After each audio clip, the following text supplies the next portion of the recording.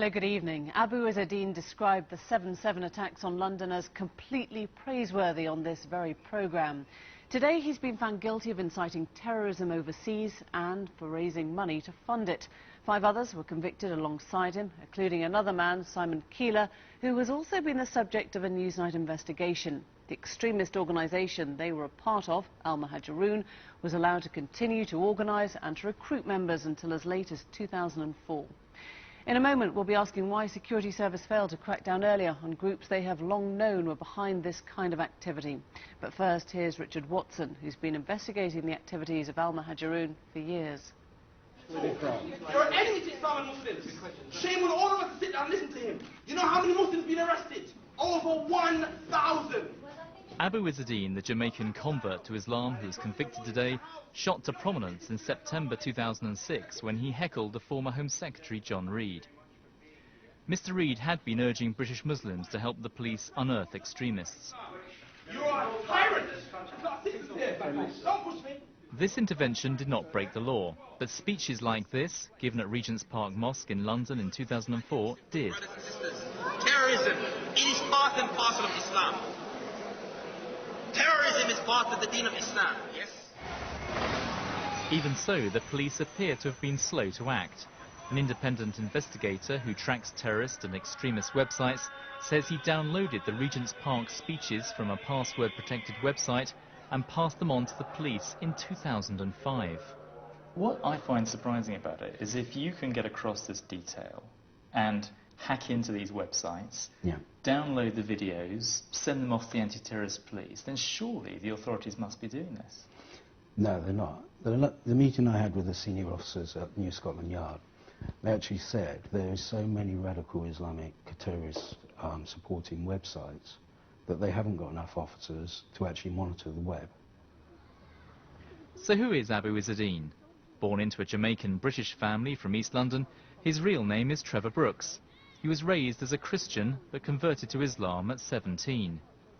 In the mid-1990s, when radical preachers were being welcomed into Britain, he joined Al Muhajirun, Omar Bakri Mohammed's extremist Islamic group. Al Muhajirun supported the violent overthrow of the British state and the imposition of Islamic law. We followed Abu Izzadeen's progress for years. 7 months before the 9/11 attacks in America in 2001, a masked Abu Izzadeen told us how he wanted to target America. Because I believe America is one of the places where we should be bombing the government. There are some Muslims that go to America because obviously, you know, light firearms is available inside America to be trained legally. So why not take the opportunity to use the heart of the enemy that's attacking us? Then after the London bombings in July 2005, we caught up with him again. His comments to us then provoked a storm of protest. What I would say about those who do suicide operations or martyrdom operations, because suicide is a term coined in the media, they're completely praiseworthy. Are you willing to denounce right now the London bombings which killed so many people? No. Why not? I would never denounce Muslims. This was murder. No. Mujahideen activity. One of the 7/7 survivors says hate preachers like Abu Izzadeen deserve what they get. Words, to a certain extent, have become weapons. They've become the fuel for bomb makers, if not the actual bombs. It's a difficult line to walk between free speech and hate speech, but I think there is a line, and he has crossed it, because he has incited and encouraged young men to go out and kill themselves and others in the name of God, which is wicked. You're either with us, or you're either with the terrorists. And what did we Muslims say? We said, we're not with you, we're with the terrorists. Allahu Akbar. We filmed Simon Keeler in 2004 at this Al Muhajirun meeting in London, where the 9/11 attacks were described as magnificent. Well, would you use the word magnificent? Yeah, I would, yeah. You would? Yes. Any of those superlatives, you know. But the fact of the matter is that 3,000 innocent people died. You talk about 3,000 innocents, or so-called innocents.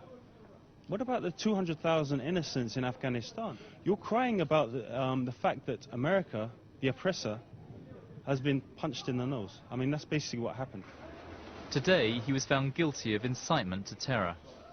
British authorities effectively ignored the activities of al-Muhajiroun for more than a decade. Finally, it seems action is being taken against those involved in radicalisation and extremism. But the great problem for Britain is that those going to prison now have already had the chance to radicalise the next generation of extremists. And this is a problem that MI5, the security service, understand, because they judge that, if anything, the terrorist threat is increasing. This is a speech made within the past couple of months by a British Muslim calling himself Abu Mariam. He jokes about his former work as a security officer screening luggage. It was unearthed by freelance terrorism investigator Glenn Genvy. So Glenn, what have we got here? I come across this video on a website which I've been monitoring as part of my research. And this guy used to work as a security officer, scanning things through computers. Let's see what he's got to say. Let's play here. Touch a room now. I remember I used to work with one security firm. We used to examine stuff on computer screens. You've got two buttons there, green one and a red one. Green one means it's safe, red one means it's an alert. So obviously you know what I'm going to do, innit? Green, yellow, let it all go through. It's not my mum on the happening, you know what I mean? So let's just let them all go through. He's sort of implying that if someone was trying to smuggle stuff onto an aircraft or onto a Eurostar, he's going to let it through. Yeah, that's got huge consequences, obviously, and people outside the UK are obviously going to be completely concerned about this. It's frightening. I think anybody would be worried about it. It's clearly a security risk, and it's a problem if you've got people who have extremist beliefs, who are boasting that they could attack passengers, working in jobs where they've got access to passengers. That's horrible. Tonight, 5 out of the 6 men found guilty of terrorism offences are in prison awaiting sentencing. The 6th, Shah Jalal Hussein, is on the run, having skipped bail during the trial. A trial which draws a line under al-Muhajiroun, but not under radicalisation and terror.